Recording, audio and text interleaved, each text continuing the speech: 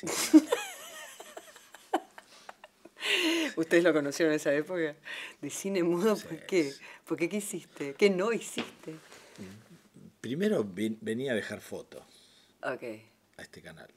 Y que en la época que no te dejaban pasar, no dejaban entrar. Los milicos. Mm. Y yo había encontrado la manera de pasar tocándole el hombro al que estaba en la puerta, como si fuera de mucha confianza. Y entonces los compañeros que estudiaban conmigo me dijeron, che, me dijeron que vos tenés pase en Canal 7, ¿puedo ir con vos? Bueno, pero mirá, paso yo, no sé si va a poder pasar vos. Y un día digo, yo tengo que creer que soy hijo de Sofovich o hijo de alguien, porque no...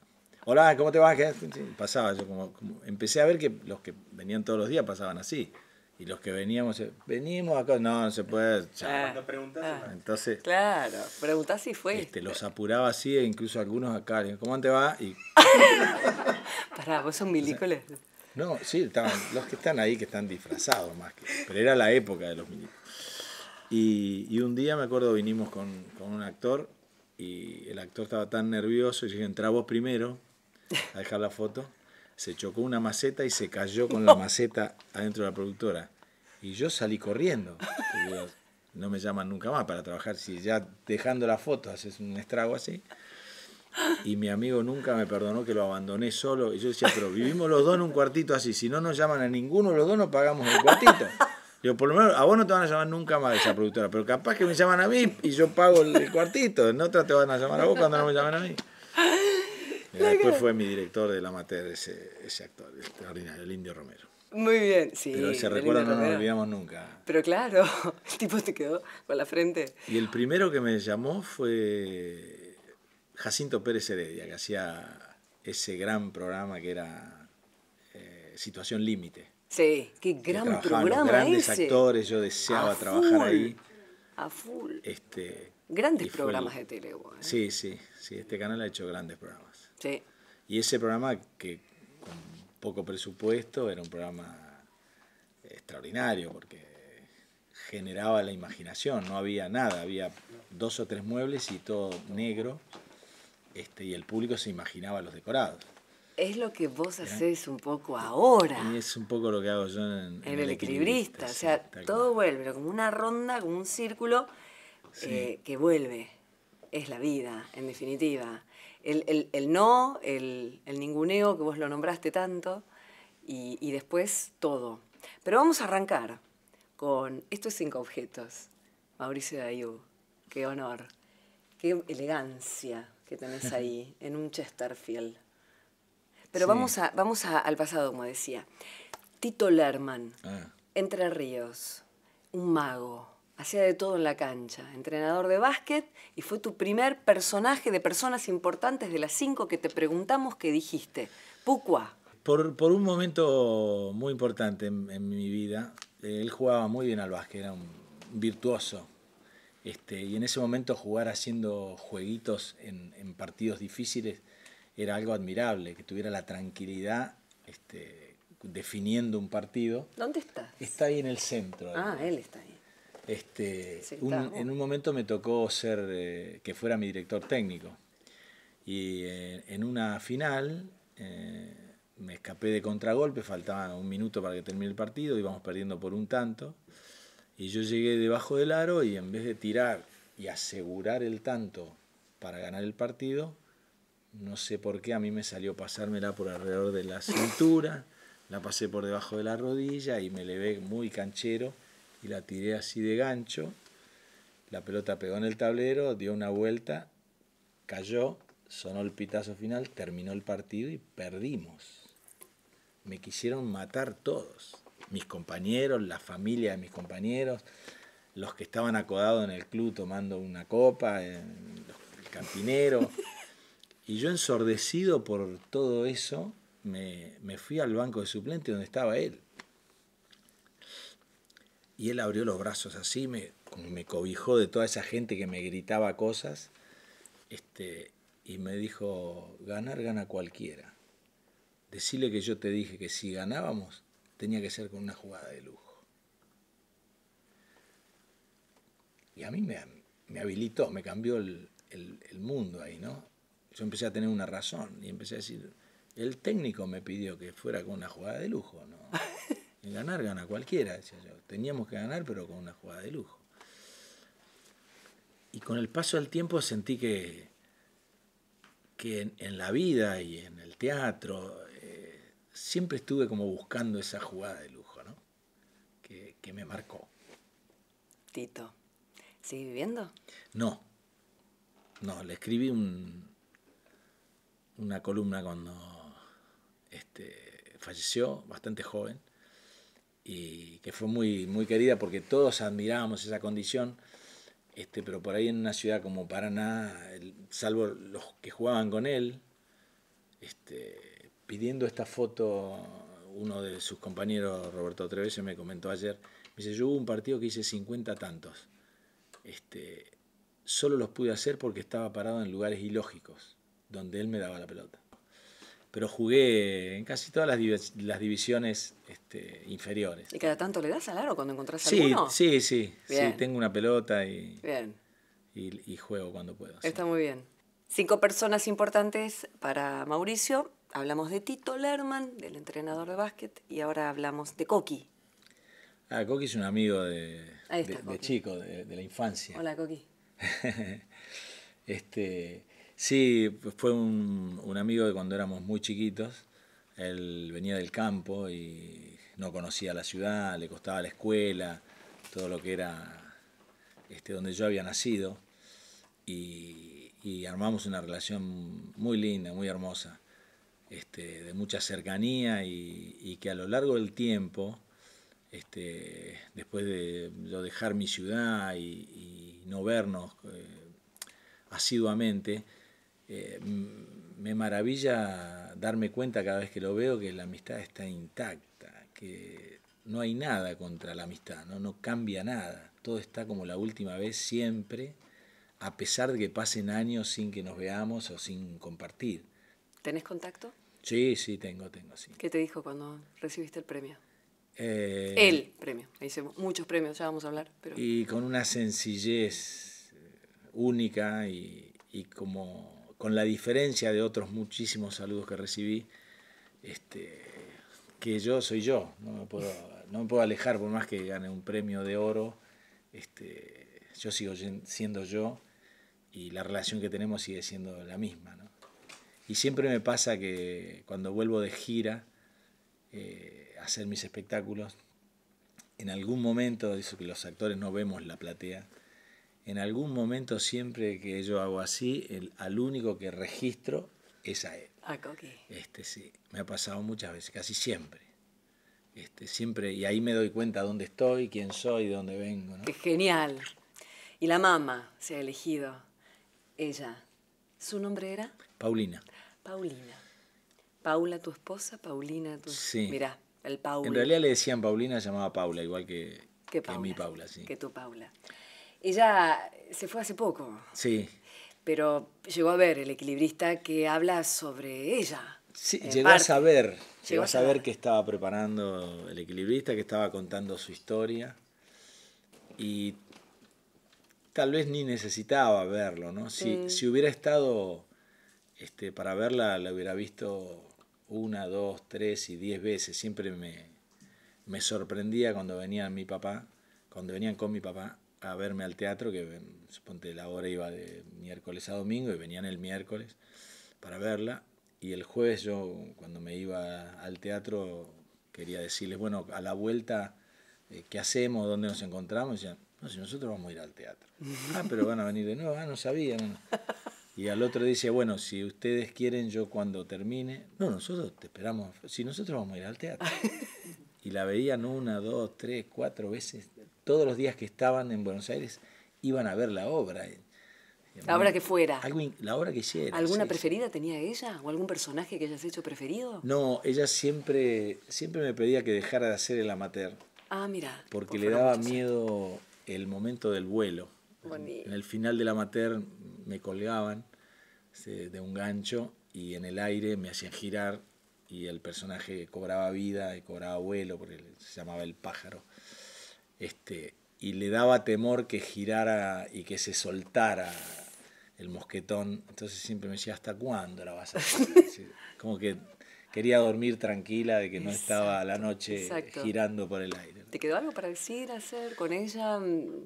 Siempre que se van te parece que sí, ¿no? podías haber estado más. Sí, sí, pero he sido un buen hijo, hice todo lo que pude y ella particularmente siempre me decía que no viniera, que me quedara.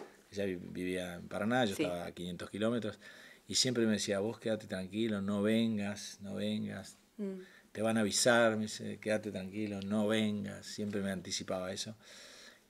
Y aún las veces que iba a visitarla para estar con ella, lo mismo, que no hiciera el esfuerzo de viajar, ¿para qué viniste? Pero si, una vez me llegó a decir, pero si ya nos conocemos. Como diciendo, no hace falta, no hace falta. Dios, qué generosidad. Con pocas personas se da eso, ¿no? Que no haga falta ninguno de los condicionamientos sociales con los que uno tiene un montón de relaciones, que si no hace determinadas cosas se pierde la relación, ¿no? Eso. ¿El recuerdo más antiguo que tenés de ella de chiquito? Llevándome al jardín de infante, del cual yo me volvía porque no me hallaba, no me gustaba. Y a mí me daba mucha culpa tener a mi mamá esperando afuera, porque yo me iba a volver. Llegaba, saludaba y buscaba la manera de salirme de la salita y decir, yo me quiero ir. Nunca me hallé, te diría que ni en el jardín, ni en la primaria, ni en el secundario, y menos en la facultad. Siempre fueron lugares que no estaban hechos para mí. Como contador, ¿verdad? ¿Hiciste algunas materias? Ciencias económicas, sí. Llegué a estudiar como buen hijo 3 años y medio, pero aprobé solo 7 materias. La segunda vez que decís buen hijo. Sí, porque cumplía. Yo siempre digo, fui demasiado educadito. Me acostumbraba demasiado a hacer lo que no me gustaba. Ahora vamos a retomar esa parte, porque el teatro lo ha hecho salirse de ahí, afortunadamente, y encontrar su camino, y que Paula, estuviera tan orgullosa así como tu papá, que se fue un tiempo antes, ¿verdad? ¿Hace unos cuántos años? Sí, hace 7 años. 7 años. Y aparece Cartoon, con el amateur, ¿no? ¿O ya lo conocía? No, de mucho antes Cartoon. Cartoon, una suerte de haberlo conocido trabajando en otra obra. ¿Director? Trabajaba con su mujer, con Mónica Esteves, y ahí nos conocimos, se llamaba Compañero del Alma la obra, sobre la vida de Miguel Hernández. Sí. Y es muy importante porque ha sido muy importante en que yo pueda escribir. Yo siempre quise escribir y no podía. Me sentaba y en una frase se me iba todo lo que sentía. Yo decía, pero hace días que preparo este momento y escribí algo muy potente así y no podía desarrollar, no podía seguir. ¿Y cómo te hizo para que pudieras hacerlo? Y en un momento empecé a poder hacerlo, que fue con la primera obra que escribí, con el amateur, y tenía la suerte de tener confianza porque ya lo conocía, de poder llevar una obra. Siempre pienso en toda la gente que le gusta escribir y no tiene un cartoon a mano, ¿no? Porque es muy importante. Yo pensé que cuando le llevara ese primer borrador que había escrito, me iba a mandar a estudiar gramática, literatura, así, no, mirá que de no escribir nada, ahora sos autor, sos escritor, ¿cómo es esto? Y contrariamente a eso me ilusionó muchísimo con que el material estaba muy bien y que aunque lo podía terminar y que siguiera escribiendo, y buscó los lugares en donde la obra podía crecer y me permitió llegar a terminarla y que la materia se haya convertido en una obra emblemática del teatro independiente, ¿no? ¿Cómo se va a convertir el equilibrista, creo yo, y va a quedar en la historia? Ahora vamos ahí. Es otro Tito, es otro como Tito. Te confío en vos. Sí. Qué importante, cuando uno no confía en uno mismo, que haya alguno que te diga, pero pará. Sí, siempre pienso en los demás, en los que viven en un pueblo, en los que, como yo, querían dedicarse a algo que no había, en el entorno no había quien te pueda guiar. Sí, pero vos lo buscaste a él. O buscaste la situación que se dio en la vida. Sí, se dio. El otro día me dijo un electricista del barrio, pero vos hace mucho que esperás el colectivo. Me dice, pero vos no lo esperás nomás. Vos estabas atento. ¡Qué lindo! Sí. Eso es filosofía. Juan Carlos. ¿Y por qué se te rompió algo de tu casa? Me gustó mucho Sí, sí, pero es un vecino además. Y me gustó mucho la metáfora de que está bueno esperar el colectivo, pero hay que hacer algunas cosas para que llegue, ¿no? Ya lo creo. No la tenía así y su mirada me gustó mucho. Bien. Y Juan Carr. Juan es un gran referente del mundo del dar, del desprenderse, del pensar y el mirar al otro. ¿Cómo lo conociste y por qué lo elegiste? Nos conocimos de casualidad en un avión, pero nos conocíamos como individualmente, ¿no? Yo lo conocía a él, él me conocía a mí, pero coincidimos en un vuelo, y tuvimos un acercamiento así muy profundo. Y desde ese día nos hablamos muy seguido y nos hemos visto muchas veces. Y para mí es un referente. Yo si pienso en política, pienso en Juan Carr. Creo que Juan Carr representa lo que yo creo que es la política y que no veo. Es una política que tiene que ver con respetando al otro, mirando al otro, queriendo al otro. Cuando uno ve que el país está muy mal, uno habla con Juan y Juan habla de un país extraordinario. El país que él tiene a su alrededor es un país solidario, es un país que se brinda, es un país que busca cuando alguien desaparece, es un país que dona cuando alguien necesita, es un país, o sea, la Argentina que lo rodea a Juan Carr es una Argentina extraordinaria. Y eso es producto de él, lo ha creado él. Si no existiera Red Solidaria, no nos enteraríamos de que la Argentina tiene ese valor, ¿no? Qué loco, porque mencionaste la palabra política con alguien que yo jamás hubiera hecho esa analogía o esa relación, cuando lo que decís es tan valedero como así también es el país que él ve porque él lo hace. Porque lo construye. Y estaría bueno que cada uno empiece a ver qué hace. Es que la política, y dejar de decir este país de M. Sí, la política es el arte de hacer el bien común. Él se dedica a eso. Y muchos políticos que votamos no se dedican a eso. Pero se dedican a otro segmento de la política. Ese es el segmento de la política que a mí me representa. Bien. A mí me ilusiona, que me genera pasión. Yo eso voy a votar con ganas, porque tiene en cuenta al otro, que es lo que necesitamos. Pero para tener en cuenta al otro hay que conectar con uno. Y vos dijiste que tu trabajo era ser alfabetizador de la percepción. Porque si no estamos en contacto con lo que nos emociona y nos hace sentir, difícil que podamos ver cómo siente el otro y empatizar, que esa es la palabra, ¿no? Puede ser, sí, tal vez sea producto de tratar de ver el mundo como es y no como lo están dejando. Yo creo que nos confunde mucho la vida social, en la que, por ejemplo, un actor, la esencia del actor tiene más que ver con observar que con ser observado. Sin embargo, pensamos que un actor es alguien que está expuesto todo el tiempo.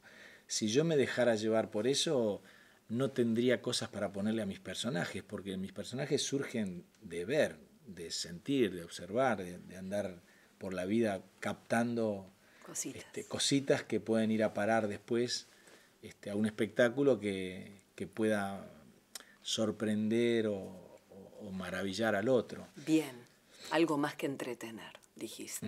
Sí. 5 momentos, los 5 momentos de Mauricio de Ayub, uno de ellos, la ruta cortada en Rosario. Yo había escuchado siempre a un gran actor que fue Walter Santana, que decía que él había que trabajar como actor para mejorar la condición humana. Y a mí me sonaba siempre muy grandilocuente el objetivo ese. Yo decía, qué bárbaro, Walter persigue eso, ¿no? Trabaja, es actor para mejorar la condición humana. Y un día iba de gira, yo iba en mi auto con mi asistente, y había habido una inundación atravesando Rosario, y hubo que tomar una calle vecina, y en un momento que llegó a la calle vecina, el agua también estaba, hasta ahí no se podía seguir avanzando.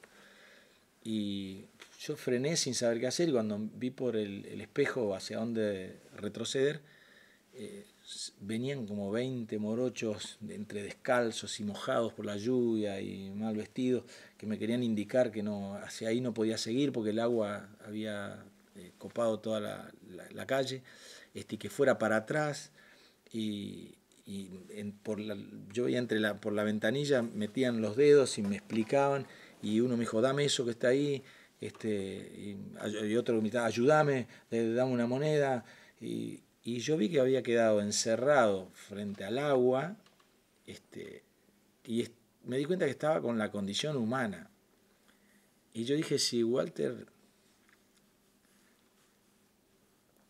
trabajó lo suficiente, la condición humana me va a salvar de este momento. Si Walter no trabajó lo suficiente, la condición humana me puede hacer cualquier cosa.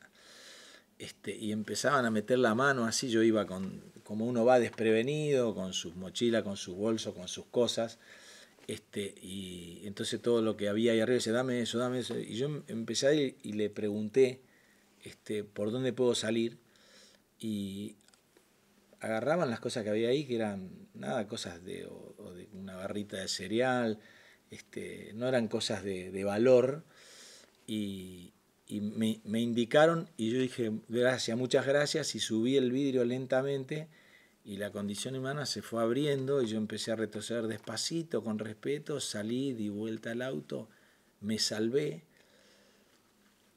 y ya no me pareció tan grandilocuente trabajar para mejorar la condición humana. Me pareció que era un buen objetivo y que era posible. Y rumbié mis objetivos también para ese lado. Sí, creo que lo estás haciendo muy bien. Y te deben por ahí recordar alguno, pensar que ese era el autor. ¿Crees que alguno por ahí sabe quién era? ¿Alguno de ellos? Sí. Puede ser, pues no fue hace tantos años. Yo ya había hecho mucha tele. Pero algo pasó ahí en un momento cuando yo respetuosamente di todo lo que me pidieron y empecé a subir el video despacito. Despacito. Comprendiendo. Entendiendo la de ellos, humana, la mía, y me salvé, digamos. Una escena en un tren de la obra que hablaste recién con Cartoon, y ahí estás en tercer lugar. Ah, mira qué maravilla. Esto, producto de nuestra preciosa producción. Santia Calomón, mira, era justamente el programa. El programa de mano de Compañero del Alma. Teatro de la Campana. Sí, que ahora es el Teatro del Pueblo, era el teatro de Tito Cosa. Mira. Dirigía a Villanueva Cose, y es un texto escrito por él y Adriana Genta, que había hecho toda la investigación en España. Sí, lo recuerdo ese momento porque pasó algo mágico. Yo hacía el poeta que se iba de su pueblo. Sí. Iba a la estación de su pueblo, se tomaba el tren a Madrid. En Madrid lo esperaba Neruda. Se tenía que bajar de la estación y encontrarse y mostrarle lo que escribía para ver si podía editar sus cosas. Y la escena transcurría solo en un banquito de madera y de paja. Y yo tenía que construir la salida de mi pueblo, la llegada a la estación, tenía que llegar el tren, sentarme en el tren, atravesar ciudades con un texto, llegar a Madrid y bajarme en la estación para encontrarme con Neruda. Yo en un momento sentí que la gente veía el tren, veía las ventanillas, el paisaje que pasaba, veía transcurrir la noche en el tren, veía cómo llegaba a Madrid. Y yo dije, yo esto lo estoy haciendo muy bien, la gente está viendo todo esto. Entre el público y yo va a haber romance, acá está pasando esto, yo estoy contando todo esto, estoy tratando de sentir todo esto, y el público lo está siguiendo tal cual. Cuando yo llegué a la estación esa noche y me bajé en Madrid, la gente vio toda la gente que está en la estación de Madrid, pero solo había un banquito. Toda esa imaginación compartida me hizo pensar que yo iba a poder ser actor, que a partir de ahí me esperaba un camino. Bien, ese fue el instante. Qué buenísimo que lo pudiste racionalizar, sentir y lo advertí, vi que había. Lo que pasa es que fue acá primero, sí, no fue acá y sube. Pero lo que me sorprendió fue el traslado hacia la gente, como se creaba un puente invisible, porque yo cada vez que contaba cada paso que daba, la gente lo veía. Y O sea, se yo escuchaba. me subía al tren solo con el cuerpo, con el movimiento, hacía el movimiento del tren y iba diciendo, y hoy el texto Sí, que decía, sí. y la gente veía que yo iba en tren, era real, ocurría todo. ¿Escuchabas lo que decían? Sentía. Sentías. Sentía. Listo, no me digas nada más. Obviamente, bueno, tuve muchos elogios por ese trabajo. Fue nominado con Oscar Martínez para el premio María Guerrero como actor protagónico, que era Oscar Martínez ya era un ídolo como es hoy. Siempre me acuerdo estar en la terna cuando iban a decir los nombres. Yo pintaba departamentos en ese momento y yo estaba así. Oscar estaba al lado mío, yo le miraba los zapatos a Oscar, el pantalón. Yo decía, qué maravilla, el reloj. Y en un momento le miré las manos, las uñas bien cortadas, impecables. Y yo me vi la pintura salpicada de pintar departamento y digo, va a ganar Oscar. Y por supuesto dijeron, ganador, Oscar Martínez. Yo empecé a aplaudir porque era lógico, era lo que tenía que pasar. Dios, yo creo que te ves las uñas hoy y todavía No, te ahora ves las la tengo pintura. como Oscar, mira. Pero en algún punto Todo llega. hay una pintura que quedó, Ah, sí, y sí, por por algo supuesto. estuvo. Hay otra escena que recordás en estos 5 momentos de Mauricio, que es cuando lo acompañaste a trabajar a tu viejo. Mi viejo era viajante Ah. de comercio y cuando yo decidí dejar de estudiar ciencias económicas, empecé a juntar dinero, él me dijo, trabaja conmigo, así juntas dinero como para irte a Buenos Aires a ser actor. Y entonces hice una gira con él como él hacía habitualmente. Mi papá siempre se iba los martes y venía los viernes, una semana por mes, porque recorría todo Entre Ríos. Y bueno, me dio un portafolio que él ya no usaba, la lista de precios, me enseñó todo lo que teníamos que hacer. ¿Edad? 22. Bien. Y cuando fuimos al primer mayorista a vender, antes de entrar me dijo, no nos podemos ir de acá sin venderle 500 cajas. Okay. Entonces nos sentamos frente al mayorista, mi papá empezó a hablar de fútbol, de política, de las vacaciones. Yo cada vez que cambiaba de tema, él hacía ruido con el portafolio, como diciendo, bueno, pero no te olvides que vinimos a vender, que vinimos a vender las 500 cajas. Pero empecé a sacar la lista de precios, la carpeta. Él seguía charlando, entró la esposa del vendedor para mostrar la libreta de calificaciones de los hijos. Era todo cualquier... Yo digo, mi papá le agarró amnesia, se olvidó a qué vinimos. Y en un momento entró la secretaria del señor y le dijo, hay otros vendedores afuera, hay que atenderlos, se nos hace tarde. Bueno, yo lo despido a Miguel, que era mi papá, hasta la puerta, hacerlo pasar al que sigue, y nos empezamos a ir con el portafolio sin abrir, sin vender, y yo no sabía cómo decirle a mi papá que se había olvidado de a qué habíamos venido. Y nos estábamos subiendo al auto, y yo no sabía cómo decirle porque el señor nos acompañó hasta la puerta, y como pude, cuando mi papá me tapaba, estaba el señor parado en la puerta del negocio, mi papá me tapaba así, le dije, papá, la venta, papá y mi papá puso primera, bajó la ventanilla y le dijo, te anoto 500 cajas, te lo mando por transporte del Caballito. Sí, Miguel, dijo el hombre. Y puso primera, salimos. Y yo dije, mi papá es un genio. Total. Mi papá es un genio. Yo no sabía, no lo conocía, nunca lo había visto trabajar. No. Y pasé de creer que mi papá era una cosa a que mi papá era otra, ¿no? Claramente. Un momento así.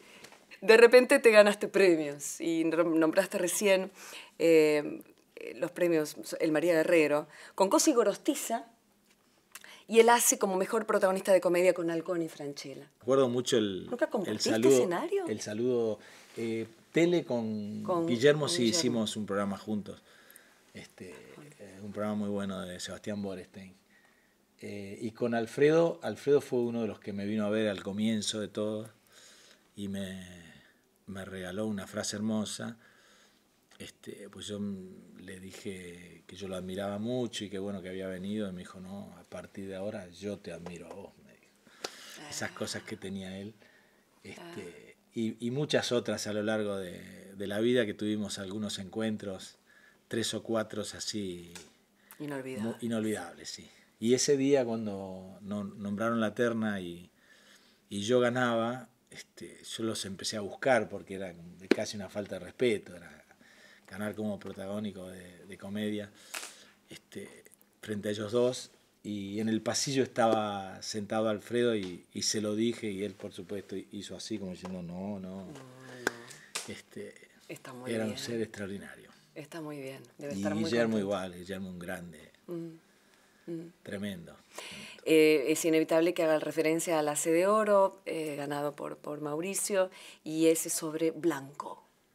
Sí. Qué genial, Mauricio, esa simbología que vos la tomaste inmediatamente para tu discurso, que fue precioso, que fue el resumen de todo lo que pensás con respecto a tu carrera, el haber empezado de abajo, el haber buscado, que tu primer escenario haya sido a las 2:30 de la mañana, estaba leyendo con el unipersonal Amarillo Sol, por ejemplo. O sea, todo difícil, todo complicado. Y de repente estabas ahí, en el momento más glorioso de tu vida, con un papel en blanco. Sí, se lo pedí a Juan y Genial. Juan se sorprendió. A Fue Juan una- Leirado que me entregaba el premio. Le dije, Vamos a contar que dámelo fue porque... un error en ese momento, pero no estaba su nombre, pero lógicamente era el ganador.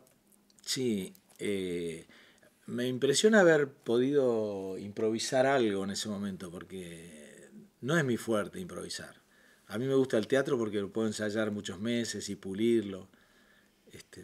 Y en ese momento el sobre en blanco me indicó algo. Yo he tenido un perfil que ahora se dice perfil bajo, pero mi perfil ha sido mucho menos de lo que se llama perfil bajo.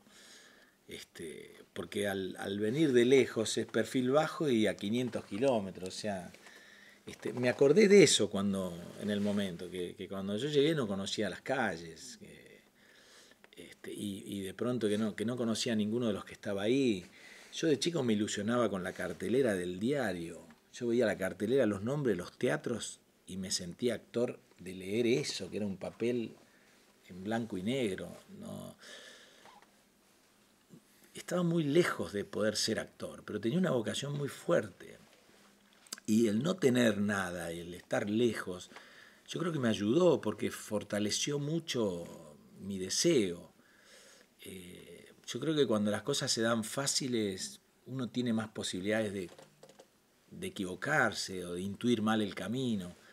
En cambio, cuando el objetivo está distante, uno sabe que no puede equivocarse, que no se puede correr, porque si no, no llega. La posibilidad o lo maravilloso es haberlo visto siempre Ahí. adelante, ¿no? Siempre vi que esto era lo mío y también la sensación de que lo mío iba a ser reconocido si algún día tenía algún valor, muy al final, porque las cosas que yo perseguía no eran cosas ni que se viralizan ni que son masivas, digamos. Buscar llevar adelante un deseo es algo propio, es algo personal que no tiene por qué transformar a alguien en alguien conocido, famoso, ¿no? Exacto, exacto. Y tuve la suerte de entender rápidamente de que yo tenía más interés por saber qué había dentro mío que por el mundo exterior. Descubrí rápidamente que si yo no lo hacía, nadie lo iba a hacer por mí, porque no producía nada en los demás. Es lo que haces con el equilibrista. Buscaste tanto dentro tuyo que lo sacaste y termina siendo ese acordeón y las cajas que abrís y toda tu vida en ese espectáculo. Animarse a perder el equilibrio, dijo tu abuelo. Sí. Y fue lo que en definitiva dejaste de ser el niño obediente. Me encanta ese ejemplo porque a muchos nos pasa. El querer siempre gustar, agradar, hasta que un día decís, para, me gusto, me agrado, Claro. hago lo que quiero. Y ahí otra vida aparece. Sí, la suerte también es que lo hice sin pelearme demasiado. Bien. Sobre todo con la gente que quiero mucho. Sí, en algún momento boxeé por estar a la altura del público y dejé a algunos amigos y perdí algunas relaciones que me hubiera gustado, que he podido recuperar y que me gustaba recuperar, por la exigencia o por entregarle al público lo mejor. Bien. Algunas veces me pasó. Bien. Por último, es ella, es Paula, es la compañera. Qué bonita que en su época como modelo, como actriz y como compañera, madre. Descríbeme a Paula. A ver, Paula es de un perfil parecido al mío, pero aún más bajo, te diría. nosotros nos reímos porque decimos que somos Amish, así, de tan para adentro. Ella, en algunas cosas, sobre todo cuando tiene mucha confianza con la gente que la quiere y que ella quiere, se abre y es muy sociable, pero con el resto del mundo le cuesta mucho más. Es alguien que elegí en un momento en el que yo podía, que en mi profesión, que siempre la quise tanto, podía desarrollarse afuera. Yo cuando la conocí tenía pensado irme a Madrid, a perfeccionar la escritura, acababa de escribir mi primera obra y no la pude dejar. Cambié los planes y dije, no, yo me quedo acá. ¿Recordás ese primer instante de verla? Sí, me acuerdo. ¿Dónde? La invité a bailar tango, pensando que me iba a decir que no. Y porque escuché una conversación, ella había venido a grabar un programa donde yo trabajaba. Ajá. Y ella estaba aprendiendo y yo había tenido una pasión enorme por bailar tango. Ya no lo hacía bastante, pero le dije que... Le pregunté cuándo iba a ir y me dijo el viernes. Y yo le dije, si vas seguro voy. Y me dijo, sí, yo voy a ir. ¿Y a qué hora vas? Me dijo, yo voy como a las 10. Yo voy a ir a las 10. Y quedó así. Y yo fui, empecé a recorrer, no estaba, de qué va a venir. Que ya pensaste. Que va a ser tan fácil la vida. Y en un momento, a mí nunca se me hizo tan fácil la cosa. O sea, dije, no viene. Y sí. Pero yo me había ilusionado, me acuerdo, me había puesto una camisa blanca impecable, que la había planchado yo mismo. Todo. Y en un momento entre la gente la veo. Claro, el lugar estaba lleno, había mucho ruido. Y ella me dijo, me parece que está muy cargado de gente. Sí, vamos a un lugar más tranquilo. Vamos. Sí. Y la llevé a una milonga muy relajada. Empezamos a bailar un poco. Cuando terminamos ahí, la invité a tomar algo. En el camino me acuerdo que le dije, yo me subiría al auto y me iría de viaje ahora y no volvería nunca más. A nada de lo que hago. O sea, me quedaría con vos en el auto. Bueno, me miraba como diciendo, ¿qué dice? Y digo, bueno, por acá. Sí, eso después me lo explicó, ¿no? Me dijo que pensó eso. Yo dije, no, esto por acá no va. Dije, entonces volví varios pasos atrás. La dejé en su casa después del bar ese. Y lo genial vino al otro día, que nos volvimos a encontrar en la grabación. Y yo así tímidamente le pregunté, ¿qué tal la pasaste ayer? Bien, me dijo. ¿Querés que repitamos algún día? Sí, me dice, puede ser. Y le dije, ¿te gustaría repetir, ponerle dentro de 20 días? ¿O esta tarde cuando terminemos de grabar? No, puede ser esta tarde, me dijo. Bueno, vos terminás antes que yo. Voy a tu casa cuando yo termino la última escena. Cuando termina, voy a tu casa. Nunca más me fui a su casa, nunca más me fui de su casa. ¡Qué hermoso! Así fue, pero así. Con el pie de plomo de dentro reculando, de 20 días o hoy mismo. De a poquito. Y me dijo hoy y ahí. Perdiendo el equilibrio, Dayu. Gracias. No, gracias a ustedes. Qué lindo. Un placer y gracias a vos. 5 objetos, acá en la web de la TV Turca.